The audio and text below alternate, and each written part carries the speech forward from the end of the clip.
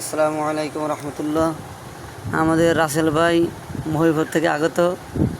তিনি সুন্নত হিসেবে হিজামা দিতেছেন। অনেক কষ্ট করে বেচারা আছে, এই পায়েও সে লাগাইছে ইনশাল্লাহ। কীভাবে বের হইতেছে, এই যে এটার শরীরের বিষাক্ত টক্সিনগুলো আর কি, যেগুলো শরীরের ভিতরে থাকলে চুলকানি হয় অথবা শরীরে কামড়ায়। দেখা যায় যে অনেক সময় দেখেন